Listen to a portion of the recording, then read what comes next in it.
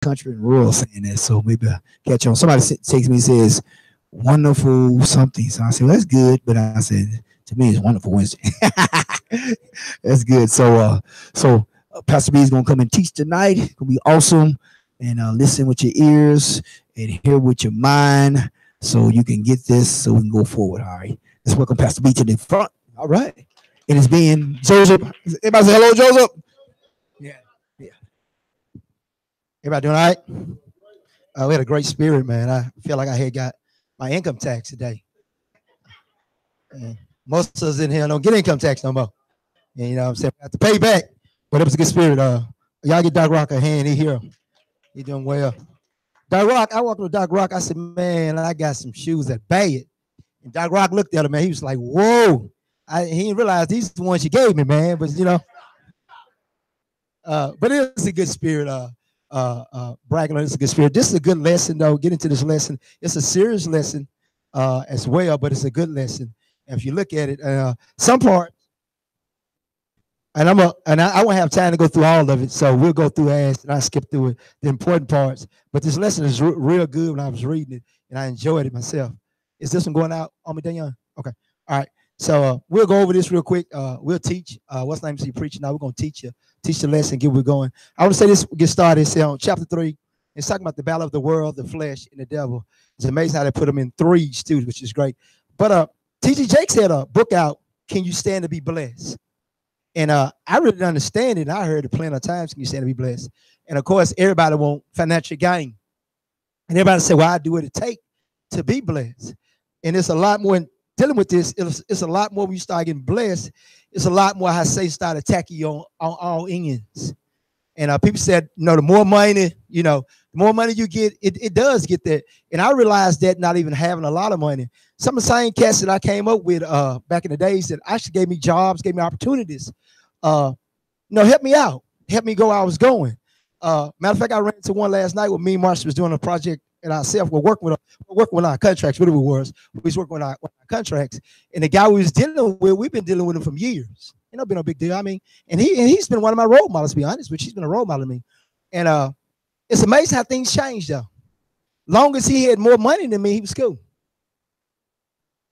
Satan comes, it was cool. And me and Marcia doing our contracts, and he said a statement, and we're dealing with battling the world of flesh and the devil. And God had been telling me, you know, just chill out.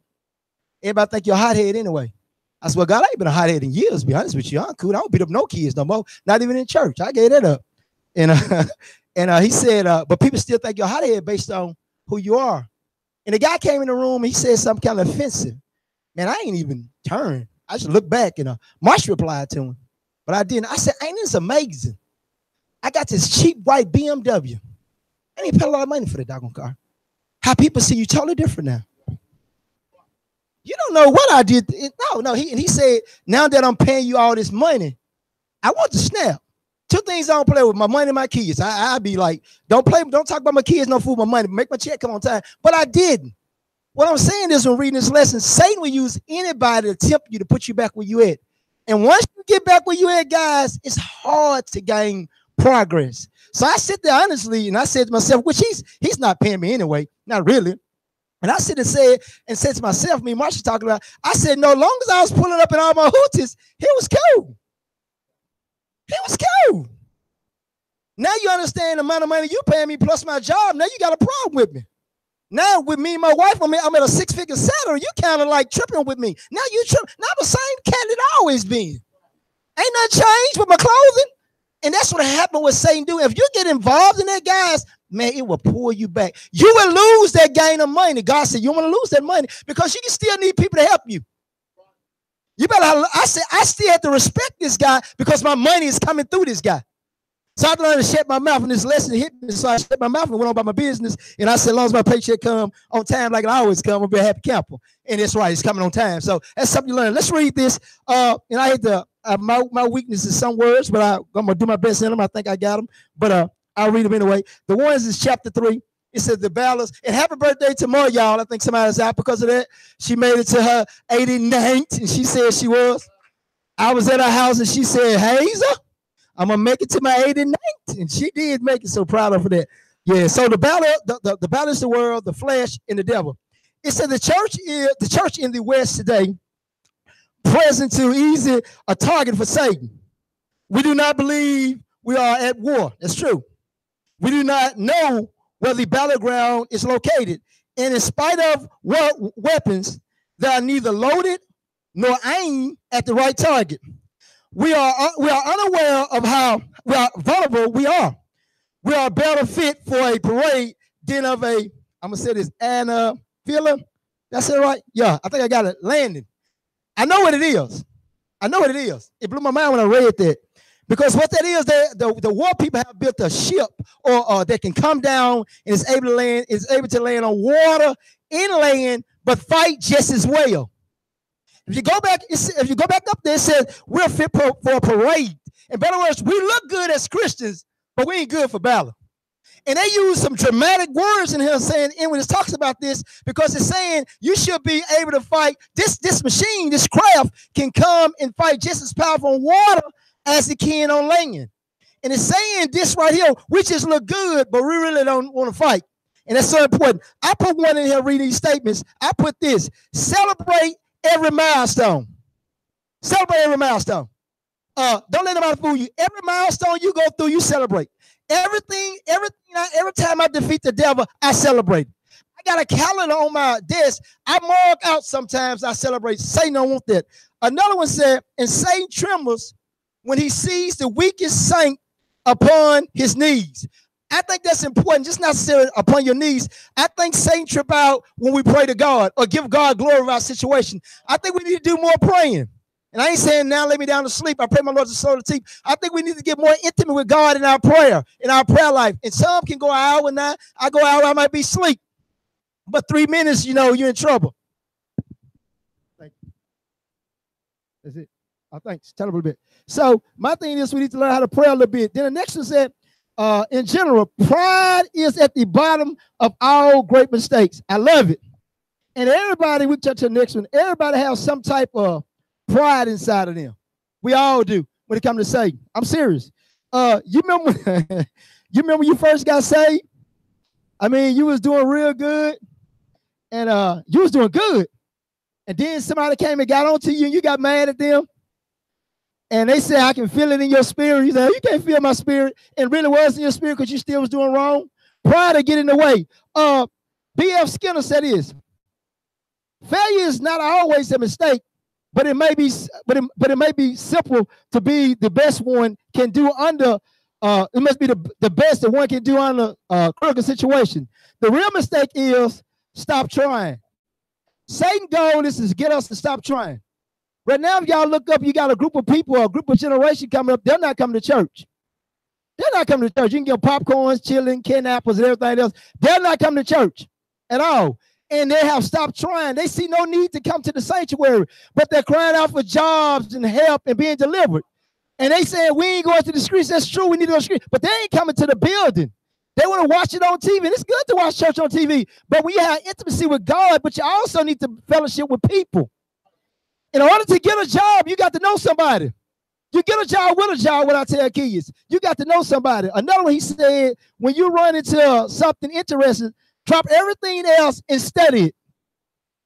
Drop everything else and study it. Another one, he said, your environment shape the people action.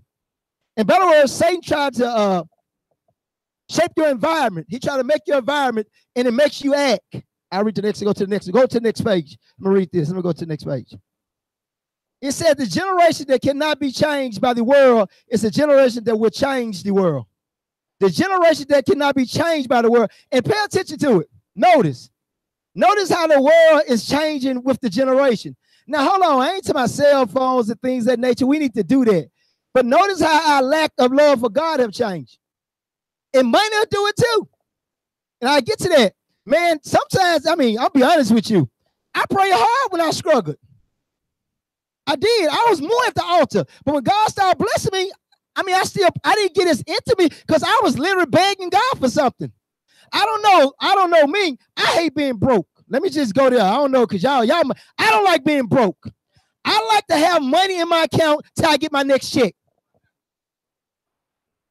Now, I wasn't used to having money in my account until I get my next check. I was used to having my money in my account on Friday and having no money in my account on Saturday. I was used to that. That was life.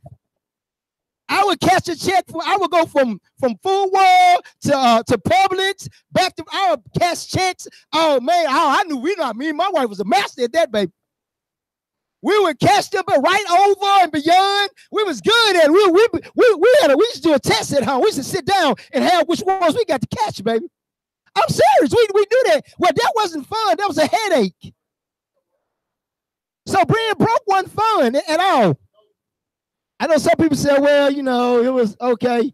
But let me go on with this. If you go on, it says about a wireless for battle. Wild for battle, I mean, dirty business, and at the bottom it says epic battle. Wireless for battle, dirty business, epic for battle. This is drawing a picture when they talk about these battles of how important Satan at war is with God's people. How important it is. We really don't think about it. We don't really think about the Satan really spirit. We don't really get into it no more. Think about it. You really don't. Oh, okay. You know, let somebody neck turning or they vomit and the devil coming out and you laying hands. That's what we get. We really don't even think about it. We really don't think we really don't realize that we are fighting spirit things in high places, as again say. We really don't think Satan really is after us. I've been at it. We just going along with our day. No, life good. But it's a battle that we're going through. And I'm gonna go down to the one that read dirty, it's a dirty business. I'm gonna read that and we'll go into that. It's saying, and I get to that just a sec. Wildest battles. It's because we're at war and war is hell. This one I'm just reading out.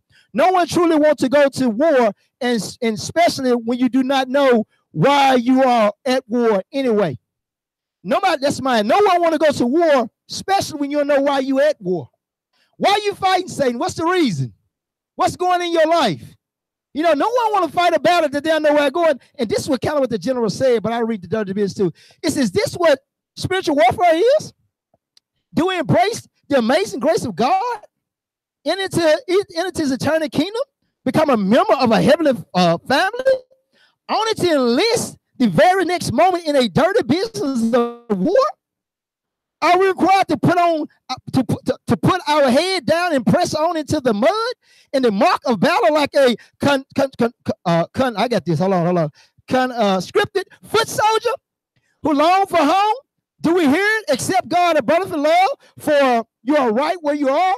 But as soon as you do, you better scrap on your armor if you want to be good. This is so true. You must scrap on your armor and be prepared for Satan's doings.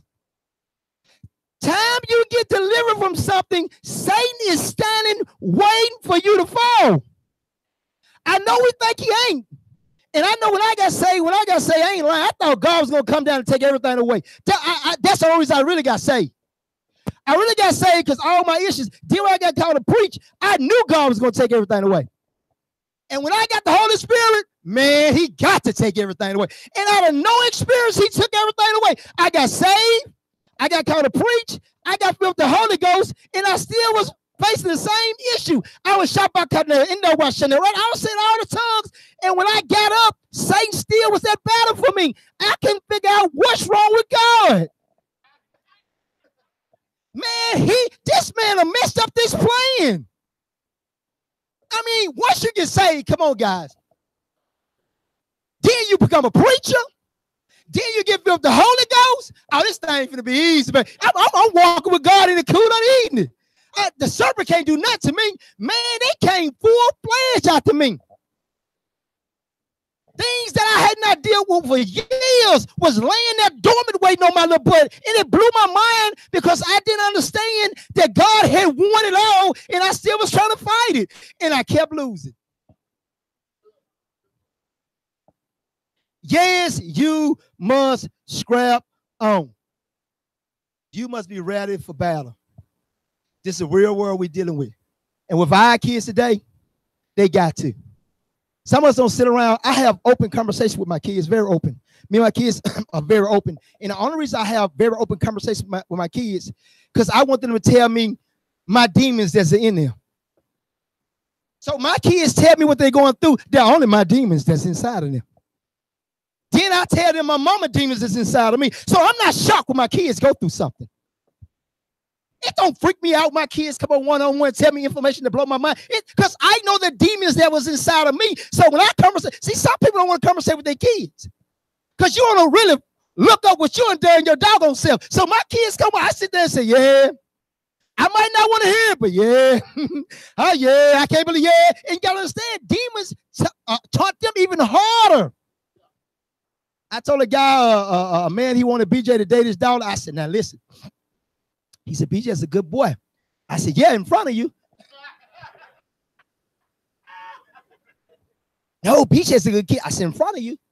I said, listen, I don't trust my kids like that. I've been to college myself.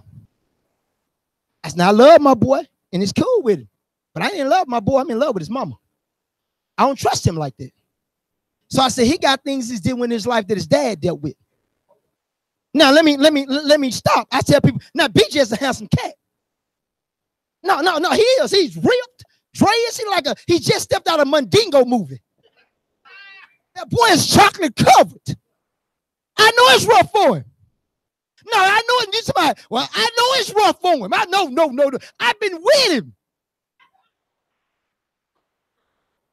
I've been with him. They be coming over to him and me at the same time. I'm with him. Of course, I'm turning it down. He like, nah, Dad, we ain't turning this down. We was at the restaurant. We was at the restaurant dealing with demons, and it was funny you were saying that. And me and BJ was together years ago, and the waitress kept coming to me, flirting with me. And BJ said, Dad, why she you flirt with me? I said, because you ain't got no money. And we sit there, no mic, we talking one-on-one. We're gonna keep this confidential between me and you.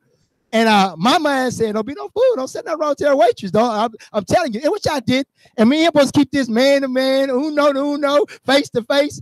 We get home, we run straight in the house. Marcia, guess what, mama? Guess what? I thought that was our main thing.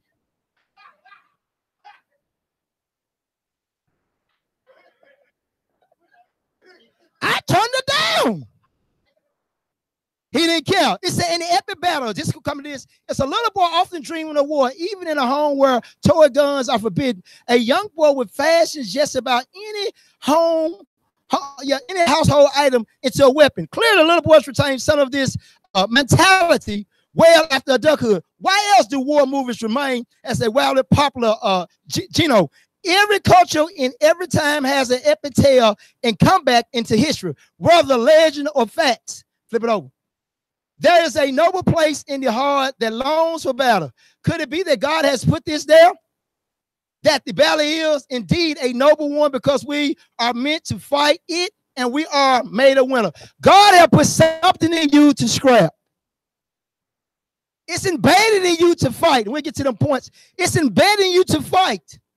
If you read, it's a big picture, but if you read through there, it says General Taylor explains how we didn't know ourselves or the enemy. So until we know why we are fighting and who we are fighting, it's best to stay out of dirty business. We must know ourselves and our enemy. And I get to the spirit part. You got to know yourself and your enemy. No. You got to know yourself. I have to learn. I got to know myself. I got to know what tick Brandon. I got to know what pulls Brandon. It's funny how we said it. I was talking to the guys in prison. Because when they go to prison, they don't believe their wife or girlfriend cheating on them. They don't believe that. You've been in prison for 10 years and you don't believe she cheating on you? Okay. Boy, you ain't that baby dad. But let's keep going with that. But I was talking to them in prison. And they were saying what they'll do if she cheat on her. That's what they were saying. Then I reversed it. I said, what if she was in prison, would you cheat on her? Oh, yeah, I cheat on her. I'm a man. I'm supposed to. Whoa, brother. It's equal. So they had in their mind, they can cheat on, they can cheat on, but she can do it. I said, let me tell you something. The devil tempts her just like he tempted you. If you're that fine and your wife that fine, both of y'all getting tempted in some fashion. All right, I'll keep going. Anybody want to talk about that one? Let me tell you how it works. Us idiotic guys do stuff stupid. If a nice girl come walking through, we kind of like, no, twist and go on. Women don't do that. This fine guy can come by. She just keep walking. She been sawing the whole entire time. We so dumb, we do this. Like we got a neck brace on. Man, she looking at you. But women been saw him. She saw him down the hall, boy. She act like she ain't even seen him. And this is truth. It's just reality of life. Dealing with things. I was laughing at the guys. I said women literally, I said this all the time. Men can get in the car and get their cell phone, and they get a call that's really not good, and they'll be, she's answering it. No, I ain't answering it. Why you ain't answering it? Well, it's just my friend. Well, tell him you want to say hi to him then. We will answer. A man called a woman on the phone. She asked, girl, how you doing? Sitting here with my man. Well, what? You want me to drop off at your house? He's stupid. Well, take me over to girl house. We take her over there. Drop off, go hang with our friends, come back and get me. Come back and get her. Never go in the house. Try that with a woman. She gonna go to the door. Let me find out who this is. I don't know if it's male or female.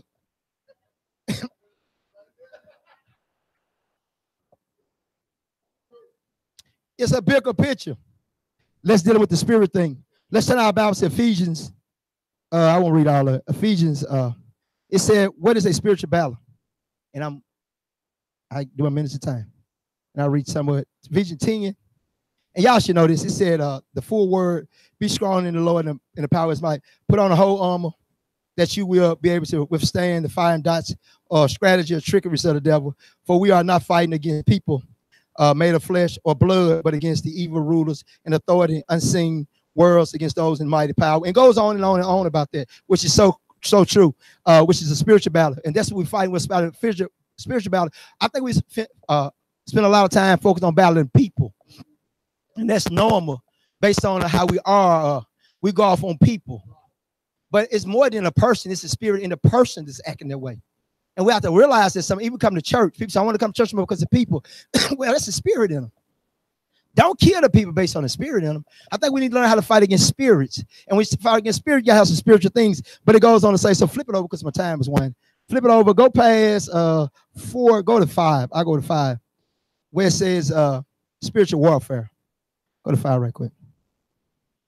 And it says in that we're fighting a spiritual battle. What are the 3 things in fighting a spiritual battle? It's the world, the flesh, and Satan. I like it. It said we are fighting 3 different enemies. You better be ready to fight them. Now it talks about 3. It says the world, the flesh, and Satan. We're fighting against 3 different enemies. Who really realized that they fight against 3 different enemies? We sometimes think we just fight against one enemy. We like, I'm just dealing with Satan. Well, this ascribe the world, the flesh, and Satan. Guys, that's difficult. And I don't want to preach, I want to teach. That's difficult. I don't know about you. I mean, it's hard for me to fight the world, and I'm going to go over the flesh and the devil. This thing's so strong, we're fighting against the world. Why get saved? We're fighting against the world, our flesh, and the devil. And that's kind of hard. I read this, I go over. I ain't got long. I ain't got about 3 minutes. I'll be done. And it says this. It says spiritual warfare starts in your mind. It's unseen, it's supernatural, this mind. It's absolutely real. It starts in your mind. It's unseen, it's supernatural. It is absolutely real. And it manifests in the world. It manifests in your flesh, and it manifests with Satan himself. We are in a spiritual war if you believe it or not. Doc Rock got a saying. He said, everything starts in your what? He got a good one. He got another one that says, you also know what you're thinking. You know him. It said, change the way you are. He said, you are part of your best friends, your 5 friends. Everything he talk about is in your thinking. When it comes to spiritual things, warfare, it's in your mind. This thing is the devil's playground, and it will wind you crazy. You have to deal with your. That's why when people are mental patient, it's hard to deal with them. Now, I got my master's in psychology, and people trip out at that. So I have done it. I have done this studying myself. I have been involved. They trip me out when they see me. It's funny. I had not put my degrees on the wall of my job. I finally did it. They respect me totally different now. I've been working for them with them for 20-some years. I changed my office, and my degrees just been at home. So I put them on my wall. They came in and said, man, you changed your office. They just looking at my degrees. I said, huh? They said, God. Then one said, you do really have your degree. No. The school system don't have you without degrees. Some jobs you can get without degrees, but the school system, you better have a doggone degree. I'm just telling you, unless you're gonna behave for the rest of your life. But if you want a real pay, you better I'm just telling you. It's amazing how people see you different. You're dealing with spirits on your job, because some of y'all dealing with spirits on y'all jobs. Because I know I deal with it. So I'm just a little token at my job. You know, I was telling Brad there, I bounce the kids around. You know, get on to the kids, kick them out of everything. You know, that's all I do. Just a little knucklehead and beat up all the kids. But when they saw I had a college degree, now they want to change it. Oh, you didn't know I could read? I might can't read way up, but I can read. You'll find some spiritual things. Let me keep going. Spiritual warfare is really in Christian. If you remember, we know the outcome already. Our side have won. The good thing, our side have won. Let me keep going. What is the battle in the world? I like this. In this battle, going down to battle in the world, there are 7 enemies. Each one's trying to entice you. I like this. To place values on something other than what is truly important. The first out of all enemies is the world. Of course, the planet itself is not an enemy, but there are many things in the world that can lure your heart away from Christ for a season. I love it. It's worth referred to as the world. Flip over. If you look at that picture, I like it. It says starts in your head. It's the playground. This is what a lot of people y'all think. This is what a lot of y'all think. Y'all think this is the devil. I'm telling you, it's not, though. I promise. So a lot of y'all looking for this. This called Halloween.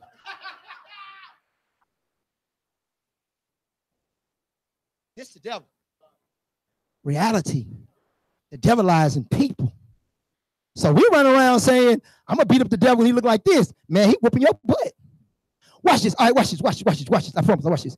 Now they're selling candy bars for $1 at my school. I'm going to give it. Who want it? Come on, you come get it. Watch it. Now, look how quick I enticed her. Yeah, you get it. Yeah, I just want to entice you, though. I want to entice you, though. They entice people. Satan entice you that easy. He's not going to give you nothing that you don't like.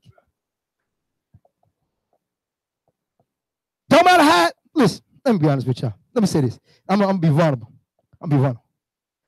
Satan don't send an ugly one my way because it ain't going to entice me. Now, if he send a fine one my way, it might be a different story. Don't hit your wife. Just look beside her. I'm just be honest with you. Some of y'all know if Israel walked up in here, y'all be dropping y'all drawers right now. Some of y'all know if Holly Berry walked in here, you'll run and leave your wife as well. I didn't say I went after. I said entice me. Y'all want to deal with entice me because y'all too deep to get enticed. All of us get enticed, especially me. Oh, we gotta get quiet. It's the truth. I don't care how fine your wife is, man. Come on, man. I don't care how smooth your husband is. She still sees somebody else. It don't trip because Marcy may see another man handsome. She look good. That ain't my problem. My problem if you get involved in enticement and then get out of God's will. Because see, I can't keep Marcy anyway. I don't look that good. Oh, you don't look that good to keep your spouse. Believe me, you don't. Neither way. But God can keep them if they know their enticement. Not just that. Sometimes different things like wealth, position, cars, sex. Sometimes position entice people. People running for the high position. I told my supervisor a long time ago. I did. He was going to give me a new position. I said, is it more pay? He said, no. Well, why I need the position?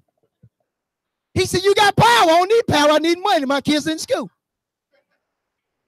He said, brother, I can't believe this. This is what he told me. He said, brother, I can't believe this. I said, I don't need power right now. I need money. So when I get the new position, only thing I'm getting is more responsibility, and y'all ain't giving me more pay. You can keep that position. And he did keep it. I let him keep it too.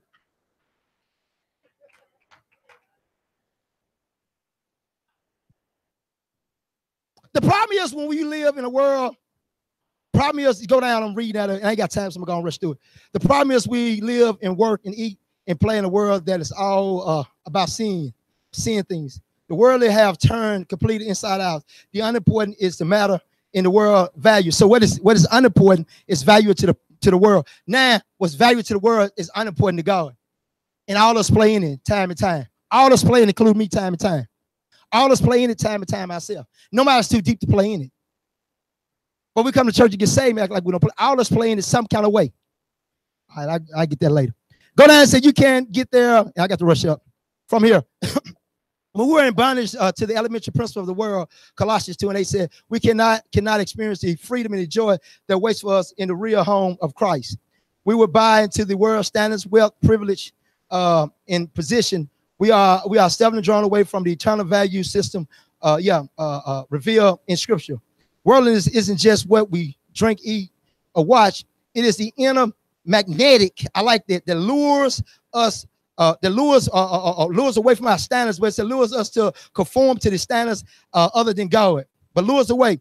It is a powerful force which has programmed much of our thinking from the moment of birth.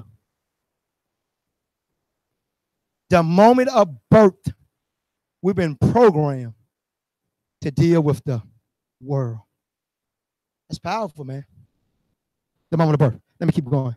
Let me go over to, because I got to get out. I got a couple minutes. This lesson, go back and read this lesson, page 2. I got to hear up. Let me get there. It says, right. I wrote down some notes. This I'm doing. Yeah. Page 2, the bottom. Okay. Let's talk about the flesh real quick. And this is really important. Then I'll do the last move out here. The flesh battle is the hardest one to deal with, which because of the flesh, love doing things that are against the spirit. Let's talk about that. The flesh battle is the hardest one. Now, let me say this to people. I tell people all the time. Now, when I got saved, I didn't stop drinking and selling drugs because I ain't like doing it. No, I didn't stop. And now some of y'all didn't like it. I liked the Michelob's. I liked it Heinekens. I liked the Coronas with the lemon and lime stuck in. Some of y'all throat getting dry right now. I like the things of that nature. I want a crackhead. I sold drugs. It's two different things. I want a crackhead. No, I sold drugs. I'm going to say that again. I tell people, don't compare me to other people. That ain't me. No. No, you can't compare B. B didn't do drugs. B sold drugs. I was on a different plateau. I sit in the crack house where the crackhead come in and got it. My flesh liked it. I enjoyed it because I was good at it. So I like doing it. And when God told me to stop, I was frustrated because I was making good money. I enjoyed getting drunk because it helped my sorrow and that made me feel. But I enjoyed sexual activities in my flesh because I thought I was good at it. And I enjoyed it. So I'm just being honest. I enjoyed doing deep. My flesh did not want to stop doing it. Flesh is one of the hardest things because it hates the spirit. Even though I was convicted when I left. Even though I was at the altar crying when I left. Even though I was asking God, forgive me. I got up the next day and did the exact same thing. Because the flesh enjoyed what it was doing. And nobody want to talk about that. And the flesh still enjoy it. So you have to tell the flesh, your spirit man got saved. And sometimes it's not an easy job neither, baby. Especially once you open the door, it's hard to shut it back. So once you get involved in some things, your mind is the playground that he plays on to remind you how good it was. So you get to the point to understand God have the victory and flesh will not win, but my spirit man will take over. And you got to get to that place.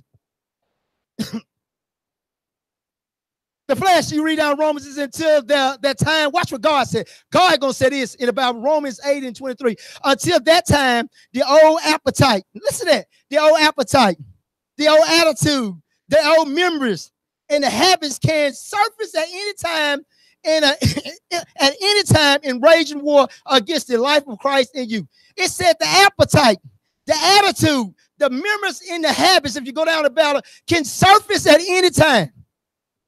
Where it said where the battle is in the flesh, go down to Romans. This the Bible saying it. So you can speak in time and and fall out all you want to. The scripture says it's going to pull up on your butt. And it don't care what color you is. It don't have a gender, baby. It don't care if you're female, male, baby, child. It don't care if you've been raped, molested. It don't care if your dad wasn't there, your mom was a crackhead. Flesh don't care. It does not care what you went through. You crying and moping. It don't care. It's coming at you, baby. And it will kill itself. Showing six signs and showing that your flesh is weak. This mine. You have a lack of spiritual passion. You don't want to worship God. I come to church and I get to hear up. You're frustrated. That's 2. Confused about your purpose. Lack of peace. Lack of energy. Strong urge to quit. That's 6 of them. Lack of spiritual passion.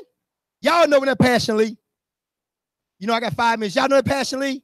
You know, you just don't, you don't, it just ain't, Pastor Words ain't as good as they used to be. He ain't really, he's speaking to everybody else except me now. I got to talk to him, man. Your word ain't hit me no more. I'm bypassed that one, Doc Rock.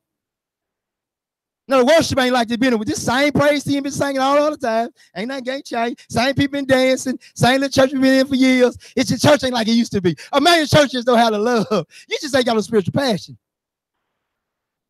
It's different. It's gonna be different as people come in. Church gonna get different. Church, everything's gonna stay the same on the be anyway. That's life. It said frustrated, and I got to rush up. Frustrated. You know how you been frustrated? Snapping all over anything. I mean, the dog barking. He been barking, baby. That same dog been out in the neighborhood for 10 years. That's old gray. He been barking every day. He bark at the same time. He got to quit barking. You frustrated. Go to the job. Everybody on the job the problem. May not be everybody on the job. You might just be the problem. You always complain on the job. Why you ain't never got no good news when you come off the job? I hate everybody. How you hate everybody? Never have a purpose. You ain't never got no purpose. You always doing A, B, C, D, E, F, G, H, I, K. You go with a Z. Come on, you got to find A or B. I don't know what God want to do with me. Lack of peace. Nobody never see you smile. I'm rushing through them. They never see you smile. How can you not come to church and be peaceful? Y'all know some people here you come, you don't want to see them. Some of y'all, I don't even want to talk to. They always complain about something. Now they always complain about something. Come past me. Look, man. Look at what? Look at what? I would say if you black with a job, you ought to be happy. No problem, Mike, man. Lack of energy. I'm rushing. I got 3 minutes. You know how they come in to church? Time to get off of me or passing them. I'm not doing this.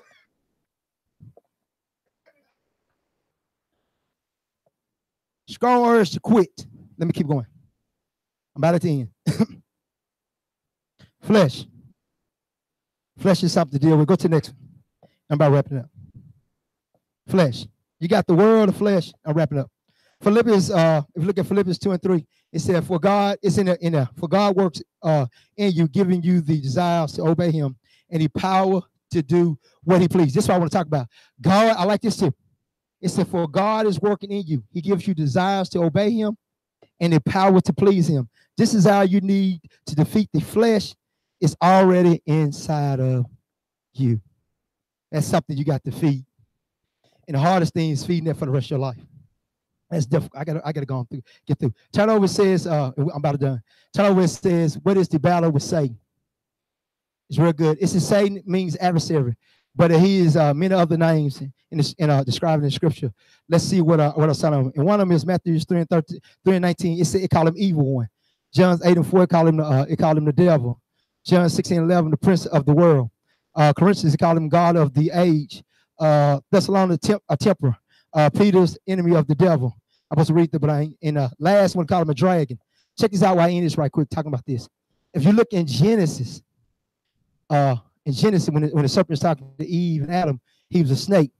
But you get a Revelation, that joker dragon. That joker grew through 66 chapters. He's just a snake on the ground. In Revelation, he's a breathing, fine dragon. Whatever you're going through, it's not as a snake. But that baby come back as a dragon. And you got to get to the point that you realize that you are fighting against it. I got 2 minutes. It says, go over to, I don't read that. I go over to page 11. And it reads Ephesians 4 and 27.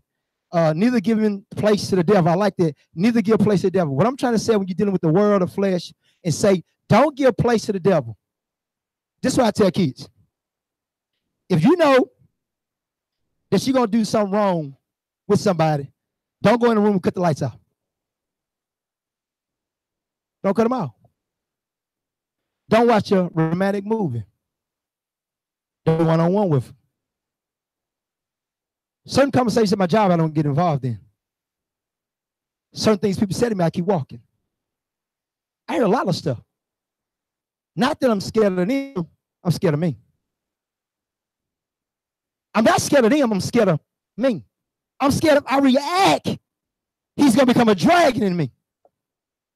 I fear that. So I make certain decisions. I go certain places. I do certain things because I've been caught up in that. I know how it works. It's a dead end. God is not coming down as a Christian. You're going to heaven. He don't come change things. The problem ain't my problem really into heaven. My problem is a repercussion on this earth. 1 minute. A lion roar, it says in 1 Peter, it talks about the lion roar. It talks about the devil go around just like a lion roaring. I end with this, and I'm gone. I end with this. Yeah, I just going with this. It talks about the world, the flesh, and I have to rush through it. Some of y'all want to read. We dealing with 3 different battles. We're dealing with the world, the flesh, and we're dealing with Satan one-on-one. Now, you can leave here, and you can think this thing ain't real. I'm glad we're quiet and think you're going to get about it. He's going to rise his head up. Whatever you dealt with, it's going to come. I know it. I know it, man. I be out, man. I be like, whoa, whoa, whoa, whoa, whoa, whoa, whoa. I mean, I see stuff that I be like, whoa, I can't believe this happening. God said, why not? Where you going in life? This scared me. Alabama versus Georgia. We was all looking sad in Alabama game because we knew Georgia had whooped our butt. We had to depend on a freshman quarterback from last year who was a sophomore now that we knew was good, and without a shadow of a doubt, he was going to take down Georgia. Georgia came out full speed and was whooping our butts. We couldn't get an edge on nothing. The boy was doing his best. Now, this is the crazy thing. Nick had to make a final decision in halftime to change these boys out. That was hard for Nick because the other quarterback had brought us to now. You're going to take another freshman, and Nick, you're going to win this game with a freshman? They put the freshman in at the end of the quarter when we went to overtime. The freshman bags back. They tackle him for a loss of 24 yards. All of us jumped up and said, Nick, you messed up. But let's change how God see it. How Nick didn't mess up. Nick knew he could win the game. Nick had already played this out because Nick had already ran a championship. See, we weren't thinking what Nick had. Nick knew he had won a championship. So he knew it. He knew that wasn't going to take my boy down. He knew we still had the ball. We still had a chance. That's the same way you got to think when you're down and out, guys. You got to think you still got opportunity. And you still got a chance. They said the quarterback rolls back. He looked over that way. Threw the whole Georgia team this way. But he had a receiver going that way. And he twisted on him. And touchdown they go. And y'all watch Georgia look like they're crazy. Same thing with us, guys. We got to get to the point. I ain't saying walking around speaking in tongues and throwing oil on people. As I ain't this, don't do that. That ain't what I'm saying. I'm saying just be aware that Satan's tactics is out there. And it's little. You sitting there, why don't you talk about sex things a lot today? Because right now that's the most highly rated thing. Nobody want to talk about that, but that's on the rise right now. In the church, outside the church, the internet, the pictures, the stuff they're doing now. And we got to deal with that. All right, we got to deal with that. It's coming through our kids and through people. We got to learn it. I'm telling y'all that. So, they ended with this. Remember, Nick ain't going. But boy, Alabama sure won that game. Y'all give God a hand clap of praise. All right. We got an announcement before I get out of here. I got a good birthday.